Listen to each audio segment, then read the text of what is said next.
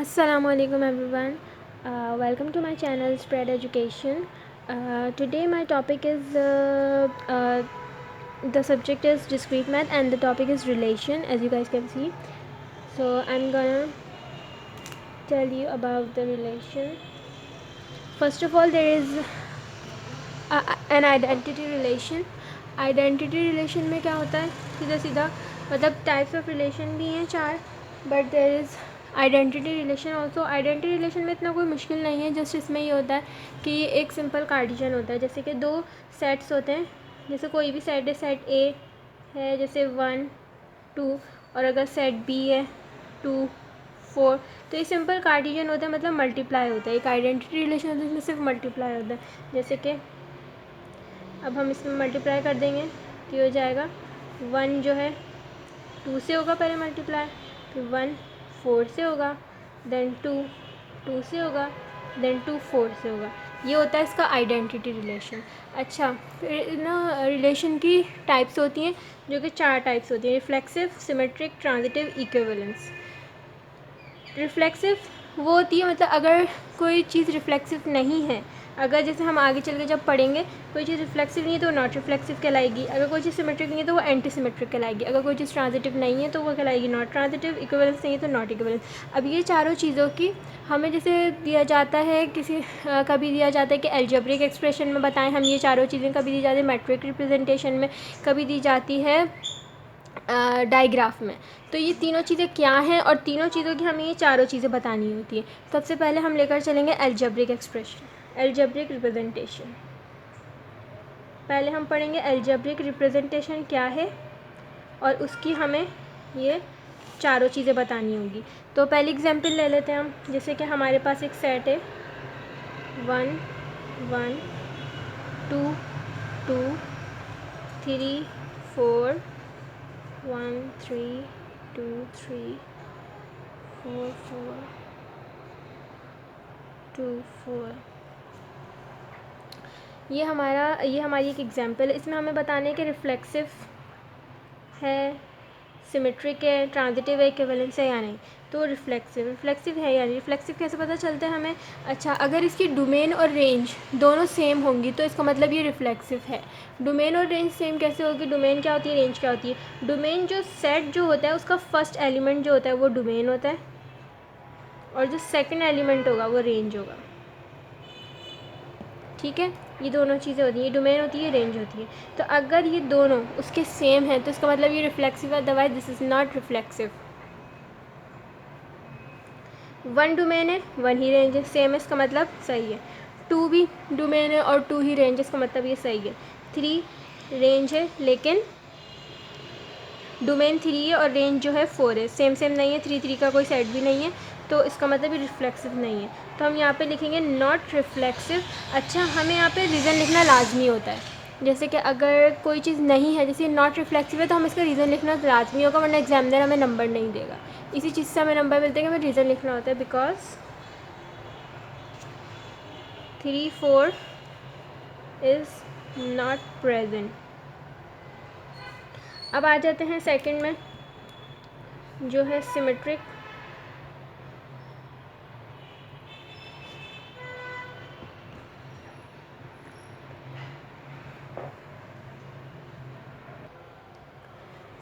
Symmetric में क्या होता है कि अगर कोई चीज़, जैसे कि सपोज़ करें अगर ये हमारा जो ये सेट है इसमें ये ए है, फर्स्ट एलिमेंट इसका 1 जो है ए है और सेकंड एलिमेंट बी है. अगर ए बी है तो हमारे पास बी ए भी होना चाहिए. जैसे कि ए 1 है, बी 1 है, तो 1 1 का सेट भी हमारे पास होना चाहिए है, तो इसका मतलब ठीक है. 2 2 इसमें ए 2 है और बी 2 है, तो 2 2 का मतलब बी और ए का भी सेट होना चाहिए, यानी 2 2 होना चाहिए, है हमारे पास, है. ठीक है. अब ए 3 है, इसमें बी 4 है. अब हमारे पास 4 और 3 का भी सेट होना चाहिए, लेकिन हमारे पास 4 3 का सेट नहीं है, तो ये क्या हो जाएगा, ये एंटी सिमेट्रिक हो जाएगा. तो हम लिखेंगे anti symmetric because 4 3 is absent. Reason लिखना लाजमी होता है, अगर कहीं पे मैं नहीं लिखूँ तो आप लोगों ने लाजमी लिखना है. अब आ गया ट्रांजिटिव में क्या होता है कि हमारे पास जो सेट है वो इस तरह होना चाहिए कि उसकी एक्स वाई, वाई जी और एक्स जी, इस तरह होना चाहिए। अगर हम पहला सेट देखें तो इसमें 1 1 है, यानी कि x हमारा 1 है, y भी 1 है, ठीक है। अगर x हमारा 1 है और y भी 1 है तो y जो है नेक्स्ट सेट में 1 ही होगा, तो 1 वाला हम फाइंड आउट करेंगे आगे। 1 वाला ये रहा, इसका मतलब y ये है और z ये है। तो अब हमारी कंडीशन है कि x z होना चाहिए। तो x हमारे पास क्या था 1 और z क्या है हमारे पास 3, तो 1 3, ये तो यही हो गया, तो इसका मतलब ये प्रेजेंट है। अब हम नेक्स्ट को चेक करेंगे। अब ये x है हमारा और ये y है, ठीक है। तो x 2 है, y भी 2 है। तो अब हम आगे चेक करेंगे y और z, यानी 2 होना चाहिए। y और z यानी कि 2 है तो z ये हो सकता है। तो अब z 2 और 3, तो 2 और 3 भी, इसका मतलब ये इधर एक्स जी भी आ गया। एक्स क्या था 2 और जी क्या था 3, तो 2 3 भी आ गया, जिसका मतलब कि दूसरा भी सही है। अब 3 4 को चेक करेंगे। अब ये एक्स है और ये वाई है, एक्स वाई 4 है तो 4 वाला हमें ढूंढना होगा। 4 ये है तो वाई 4 है, तो जी जो है हमारा वो भी 4 हो गया। तो कौन से पते हम 1 2 3 x y z, no no no, x y, हाँ एक्स वाई जी हमारा ये वाला था। 3 4 को हम चेक कर रहे थे, एक्स वाई जी। अब एक्स जी, एक्स क्या था हमारा 3 और जी क्या था 4, 3 4 3 4 3 4 3 4 ये रहा, तो इसका मतलब ये भी सही है। अब हम नेक्स्ट को चेक करेंगे। अब ये हमारा एक्स है और ये वाई है हमारा, तो वाई हमारा 3 है, तो 3 वाला तो आगे प्रेजेंट ही नहीं है, इसका मतलब ये क्या है, ये ट्रांजिटिव नहीं है। तो ये क्या हो गया, विजिबल है, ये नॉट ट्रांजिटिव हो गया, नॉट ट्रांजिटिव, बिकॉज जो भी प्रेजेंट नहीं है यहाँ पे हम उसका रीज़न लिख देंगे। अच्छा, इक्विवेलेंस क्या होता है, इक्विवेलेंस ये होता है कि अगर जैसे ये तीनों चीज़ें हैं, रिफ्लेक्सिव भी है, सिमेट्रिक भी है, ट्रांजिटिव भी है, तो इसका मतलब ये इक्विवेलेंस है। अगर इन तीनों में से एक भी चीज़ नहीं है तो वो इक्विवेलेंस नहीं है, इसका मतलब ये नॉन इक्विवेलेंस है। Sorry for my bad hand writing. चलिए अब हम करेंगे मैट्रिक्स रिप्रेजेंटेशन। मैट्रिक्स रिप्रेजेंटेशन क्या होती है,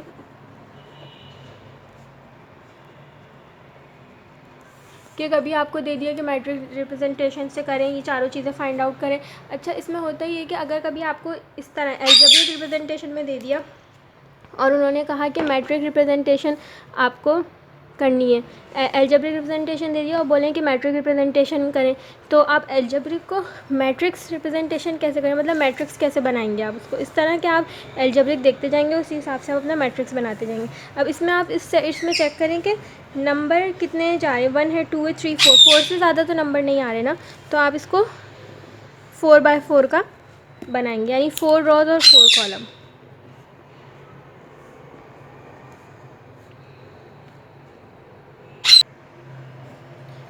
अब आपने 4x4 का बनाया, यानी 4 रोज 4 कॉलम। तो अब यहाँ पे हम चेक करेंगे 1 1, यानी कि ये जो होता है ये रॉ होता है और ये होता है ये कॉलम। 1 1 यानी 1 का रॉ 1 कॉलम, 1 रॉ पे 1 कॉलम पे 1 बनाएंगे हम। 2 2 यानी कि 2 रॉ 2 कॉलम पे बनाएंगे। 3 4 यानी कि 3 4 1 3 2 3 2 3 4 4 और 2 4। जहाँ जहाँ पे हमारे ये नंबर आएंगे वहाँ पे हम 1 लिखेंगे, जो जगह बच जाएंगे उन पर हम 0 लिख देंगे। तो ये बन गया हमारा मैट्रिक्स 4x4 का, 1 0 0 0 1 0 0 1 1 0 0 0 1 1 ये बन गया हमारा मैट्रिक्स।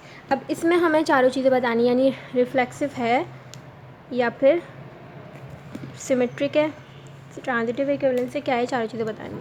अब इसमें रिफ्लेक्सिव का कैसे पता चलता है, इसमें रिफ्लेक्सिव का ऐसे पता चलता है जो इसका डायगनल होता है, डायगनल ये, इसका जो डायगनल होता है ना, इसके डायगनल में यूनिटी होनी चाहिए। यूनिटी मतलब कि 1 1 होने चाहिए इसके डायगनल में। यहाँ 1 है, यहाँ 1 है, यहाँ 1 नहीं है, तो इसका मतलब ये रिफ्लेक्सिव नहीं है। अगर इसके डायगनल में यूनिटी है तो इसका मतलब ये रिफ्लेक्सिव है, otherwise it is not reflexive. तो आप इधर पूरा रीज़न के साथ लिखेंगे, not reflexive because there is not 1 in the diagonal. Okay, ये लिखेंगे, आप पूरा रीज़न लिखेंगे। देन यहाँ पे अब आ गया सिमेट्री, सिमेट्रिक। अच्छा जी, सिमेट्रिक में क्या होता है, सिमेट्रिक में जो हमारा ये मैट्रिक्स होता है इसका हम ट्रांसपोर्टेशन निकालते हैं। तो अब हम इसको, यानी कि जो रॉज होती हैं वो कॉलम बन जाती हैं।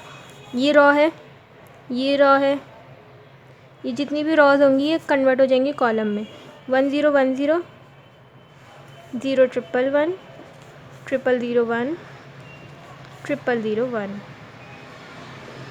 ये हमने इसका कर दिया। अब हम इसका डायगोनल, अब दोबारा अगेन इसका डायगोनल चेक करेंगे हम। इसके डायगोनल में अगर यूनिटी है तो ये सिमेट्रिक है, otherwise this is not symmetric, this is anti symmetric. इसके डायगोनल में 1 नहीं है तो हम यहाँ पे लिखेंगे anti symmetric because there is not 1 in its diagonal. Okay, now transitive. अब हम चलेंगे ट्रांजिटिव की तरफ। ट्रांजिटिव कैसे हम फाइंड आउट करेंगे? ट्रांजिटिव में ये होगा कि जो हमारा जो ये मैट्रिक्स है इसी के हम स्क्वायर ले लेंगे। ये जो हमारा मैट्रिक्स है ना इसी का हम स्क्वायर निकाल लेंगे। ये वाला नहीं, सॉरी ट्रांसपोर्टेशन वाला नहीं, ये वाला जो मैट्रिक्स है ना इसी का हम स्क्वायर निकाल लेंगे। ये वाला जो मैट्रिक्स है 1 0 0 1 0 0 0 1 0 0 1 1 0 0 1 1 multiply by this matrix।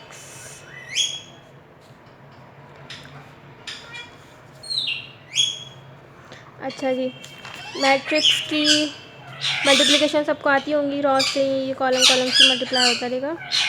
तो इसका 0, अब इससे होगा 1 0 0 0 से होगा 1 0 0, इससे होगा 1 0 0 1 0, इससे होगा 0 0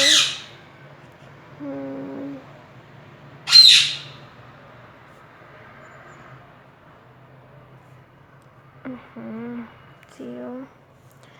अब इससे होगा 0 1 0 0 0 1 1 1। अब इससे होगा 0 0 0 0 0 0 0 0 0 0 0 0 0 0 0 1। इससे होगा लास्ट वाली रॉ, इससे होगी 0 0 0 0 0 0 0 0 0 0 0 0 0 0 0 1।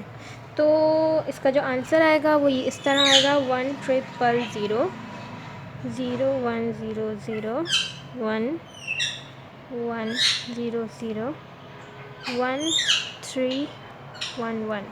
अच्छा जी, अब जो इसका आंसर आए ना, इसका आंसर इससे सेम हो जो हमारा क्वेश्चन था, मतलब कि जो हम जिसका हमने स्क्वायर निकाला ना, अगर ये इससे सेम है तो उसका मतलब transitive, otherwise this is not transitive. तो मतलब ये समझें कि क्वेश्चन जो है आंसर से सेम होना चाहिए। अब हम चेक करें अगर कॉलम वाइज, तो first column 1 0 0 this is same, this one is also same, this one is also same, and the fourth one, इसके जो दो हैं ये दोनों सेम नहीं है, मतलब इसमें 0 है, इसमें 1 है, तो इसमें 1 है और 3 है। तो उसका मतलब ये एक भी चीज़ अगर इसमें मिस होगी तो ज़ाहिर है वो नहीं कहलाएगी सिमिलर, तो वो अनट्रांजिटिव हो जाएगा। तो ट्रांजिटिव में हम लिख देंगे अनट्रांजिटिव या फिर नॉट ट्रांजिटिव, रीज़न के साथ लिखेंगे, रीज़न आप लोग लिख लेंगे। अब कोई एक भी चीज़ अगर नहीं है तो इसका मतलब इक्विवेलेंस ही नहीं है, तो नॉन इक्विवेलेंस। बिकॉज क्या क्या प्रेजेंट नहीं है वो सब आप चीज़ें लिख देंगे। किसी में सिमेट्रिक नहीं हो सकती, कुछ चीज़ हो सकती है कि इसमें एंटी सिमेट्रिक हो और ना रिफ्लेक्सिव वगैरह सारी चीज़ें हों, लेकिन इसमें अगर जैसे जो जो चीज़ें एब्सेंट है बस आप वो उसका लिखते जाएंगे और बस इस तरह कर देंगे। अच्छा जी, अब आएगा डायग्राफ। डायग्राफ से अगर पूछा जाए, डायग्राफ होता क्या, ये ग्राफ है जो हम बनाते हैं वर्टेक्स का। अच्छा, अगर हमारे पास इस तरह दिया हुआ है और उससे बोलें कि डायग्राफ निकालें, अलजेब्रिक रिप्रेजेंटेशन आपको दी हुई है और उसमें कह दें कि ना आप डायग्राफ से करें, तो आप डायग्राफ उसका कैसे बनाएंगे? सिंपल होता है, इसमें देख लें कितने नंबर्स हैं, 1 2 3 4, 4 से आगे तो नहीं जा रहा, इसका मतलब 4 वर्टेक्स बनेंगे इसके। तो 1 2 3 4 4 वर्टेक्स हो गए इसके। अब हमें चेक करना है 1 1 पे जा रहा है यानी कि सेल्फ लूप, 2 2 पे जा रहा है मीन्स सेल्फ लूप, 3 4 पे जा रहा है, 1 3 पे जा रहा है, 3 4 पे जा रहा है, 1 3 पे जा रहा है, 2 3 पे जा रहा है, 4 4 पे जा रहा है, 2 3 पे जा रहा है, 4 4 पे जा रहा है यानी सेल्फ लूप, 2 4 पे जा रहा है, 2 4 पे जा रहा है। ये डायग्राफ कहलाते हैं, ये इसके वर्टेक्स कहलाते हैं जो सर्किल के अंदर है, और ये एजेस जो हैं ये एजेस कहलाती हैं। ठीक है, अब हम इसमें बताने कि रिफ्लेक्सिव क्या है, मतलब रिफ्लेक्सिव है नहीं है। रिफ्लेक्सिव हम कैसे बता सकते हैं? अगर इसके सारे वर्टेक्स पे सेल्फ लूप है तो इसका मतलब it is reflexive, otherwise this is not. 1 पे सेल्फ लूप है, 2 पे सेल्फ लूप है, 3 पे नहीं है, 4 पे है, एक भी चीज़ अगर नहीं है तो वो नहीं कहलाएगी। तो ये क्या कहलाएगी? नॉट रिफ्लेक्सिव, बिकॉज 3 पे सेल्फ लूप नहीं है। पूरा लिख देंगे आप। सिमेट्रिक बताना है अब हमने। सिमेट्रिक में ये होता है कि इसकी कंडीशन पैरेलल होगी। अगर 1 2 पे जा रहा है तो 2 भी 1 पर आ रहा हो, अगर 1 3 पे जा रहा है तो 3 भी 1 पे आए, 1 1 पे जा रहा है तो 1 1 पे आ रहा है सेल्फ लूप। ठीक है, 1 3 पे जा रहा है तो 3 भी 1 पे आना लाजमी है। मतलब इसकी आप ये समझ लें कि इस तरह की कंडीशन होगी। अगर इस तरह की कंडीशन है तो ये पैरेलल है। पैरेलल है ना, क्योंकि जो चीज़ इधर जा रही है इधर भी आ रही, इधर आ रही है इधर भी आ रही। अगर इस तरह की कंडीशन है या जो चीज़ जा रही है वो वापस पलट के आ रही है उस तरह, तो इसका मतलब symmetric, otherwise this is anti symmetric. तो हम इसको लिख देंगे एंटी सिमेट्रिक, बिकॉज पूरा रीज़न लिख देंगे। अब आ गया ट्रांजिटिव। ट्रांजिटिव में थोड़ी कन्फ्यूजन इस तरह हो जाती है कि इसमें ये होता है कि जैसे कि अगर x है, y है और z है, x y पे जा रहा है तो y z पर आए और z x पर जाए। Sorry, y z to x नहीं होगी, x टू z होगी, x टू z हो। तो इस तरह की इसकी कंडीशन होगी, x से y पे जाए, y से z पर और x से z पर। तो अगर हम इसको सपोज़ करें x 1 को, तो x कहाँ जा रहा है? 3 पे, तो 3 पे हम y सपोज़ कर लेंगे, y पे। अब y जाएगा z पे, तो ज़ाहिर है z को हम 4 सपोज़ कर लेंगे। तो x y पे जा रहा है, y z पर जा रहा है। अब z x जो है उसका लाजमी है कि z पर भी आए वो, तो ये नहीं आ रहा, तो उसका मतलब क्या है? ये this is not transitive. Simple, not transitive because there is not an edge from 1 to 4, so this is the reason. और जब कोई भी एक भी चीज़ अगर एब्सेंट है तो वो क्या है? वो इक्विवेलेंसी नहीं है। इसमें तो कुछ भी चीज़ प्रेजेंट ही नहीं है, तो हम क्या लिखेंगे? नॉन इक्विवेलेंस, कि कोई चीज़ है ही नहीं इसमें। ठीक, तो ये हमारा कंप्लीट टॉपिक हो गया।